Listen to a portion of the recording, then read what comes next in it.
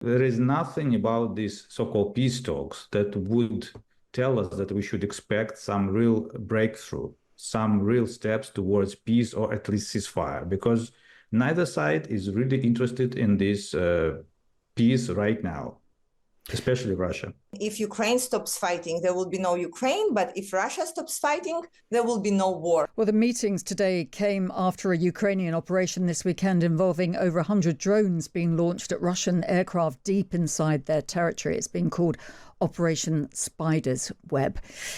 Let's chat now to Boris Bondarev, former Russian diplomat to the UN who left the country in 2022. Boris Bondarev, thanks for joining us on Times Radio this afternoon. Can we start with what's been happening in Istanbul? Nothing really achieved at these talks. They came and went pretty quickly, and the positions remain as far apart as ever. Could we have expected anything else? Are you disappointed? Well, good afternoon, first of all. And no, I don't think that we should have expected anything more than has been achieved. So exchange of the bodies and exchange of some prisoners of war, and maybe some talk about exchange of children abducted by Russian authorities from Ukraine during the war. But it's more or less technical talks, technical consultations, technical exchange of opinions. But there is nothing about these so-called peace talks that would tell us that we should expect some real breakthrough, some real steps towards peace or at least ceasefire, because neither side is really interested in this peace right now, especially Russia. Yeah, I mean, Ukraine has repeatedly called for a 30-day ceasefire. We hear that Russia has offered Ukraine a 2 to 3 day ceasefire on certain parts of the front line. There is no way there can be agreement on that, is there? No. And the main idea of all these so-called peace talks, which were proposed first by Russian President Vladimir Putin, was just to imitate peace talks, imitate this channel of peace conversations, to make Russia look like Russia is a peaceful, peace-loving country, which really tries to solve this so-called conflict by peaceful means. And by this, trying to expose Ukraine as the real warmonger, as a country which is interested in prolonging this war. That's this gameplay, that's this diplomatic play, so to speak. So what you're saying is Russia is not serious at all about ending the war? No, because when you're sure that you can get more, why you should stop? And Putin is absolutely confident that he can gain more from Ukraine by military force, by the war, rather than by talks. And why should he stop now? He has no incentive for that.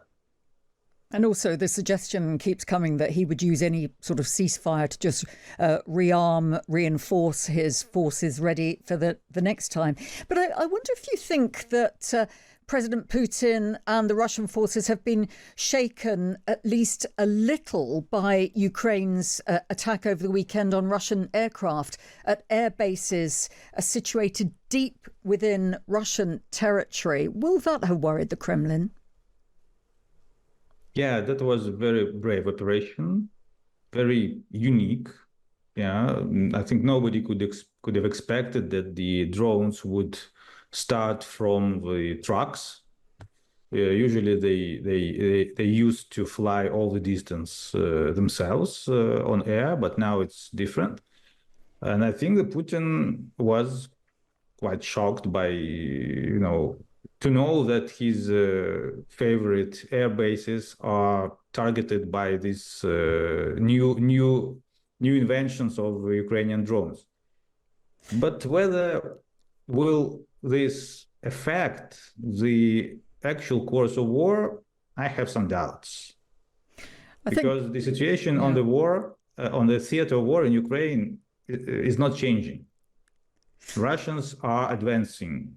They still pressing on Ukrainian troops, and Ukrainian defense doesn't always look very solid, Mm-hmm. So I think that's more psychological and symbolic thing, but rather than it will have actual significance on front line. Okay, but psychologically, though, it does illustrate, it gives a boost to Ukraine in morale terms as well. You know, Ukraine is not beaten. It can stage this kind of audacious attack. Yeah, absolutely. Absolutely. That's what Putin and his people like to call asymmetric strikes, asymmetric warfare, asymmetric attack.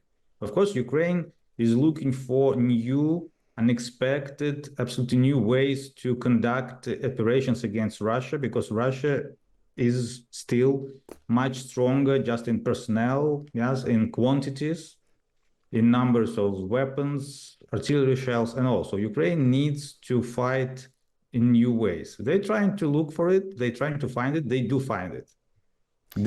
But this action itself cannot change the course of war, unfortunately.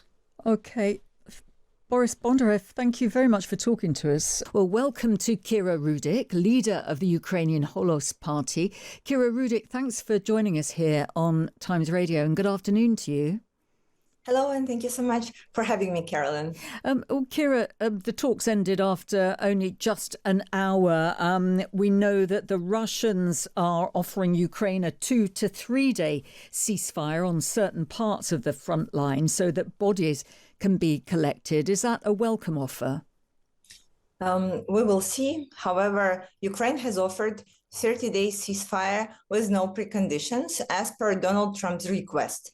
So right now, Russia, what is trying to do is just to show the world, and first of all, Donald Trump, that Ukraine is the blockage to peace. We are not. And again, if Ukraine stops fighting, there will be no Ukraine. But if Russia stops fighting, there will be no war. And we want to make it very clear. I think it's a good sign that we have agreed to exchange of the prisoners of war, and that there is a chance to return Ukrainian children back home, because it is critical for us. Well, and even if there would be only these results of those talks, it will be already an amazing result for Ukraine.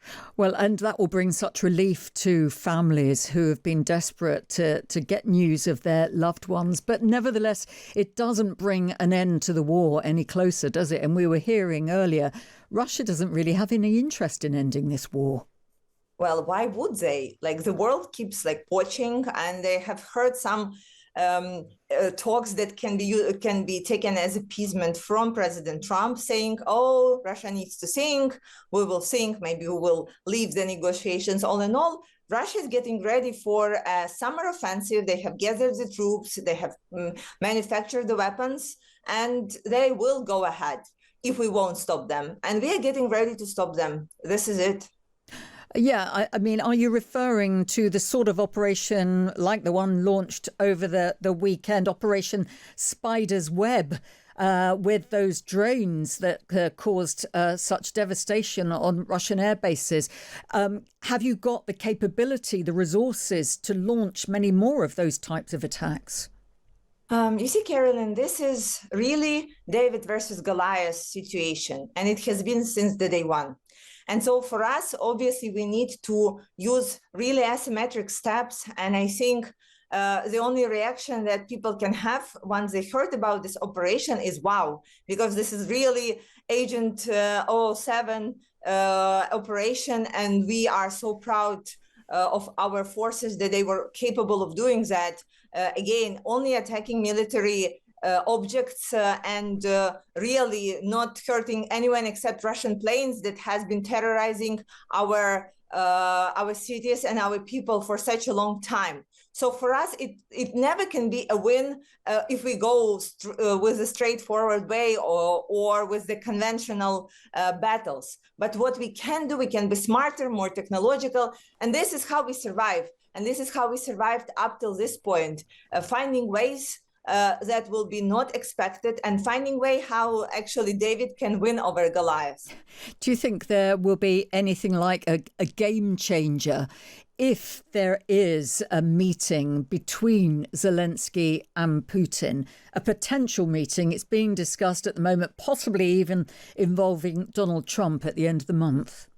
The main question is and will be, the only question that we have since 2014 when Russia attacked us. Who or what in the whole world can make sure that Russia will keep their part of the bargain? I don't think that meeting of President Zelensky and Putin, or even President Trump, is something that can bring us those assurances. I don't think there is anyone in the world just right now who can say, I will vouch that Putin will keep his part of the deal. And before that, we cannot we cannot see how any deal that can be made will be executed. How do you make sure when President Trump is not in the office that these assurances, if any, will be honored, etc., etc.? So I think before you meet, you need to figure out, like, using President Trump's vocabulary, what cards do you have? And I don't think that there is a really proper path that America sees of ensuring how Putin would not attack us again.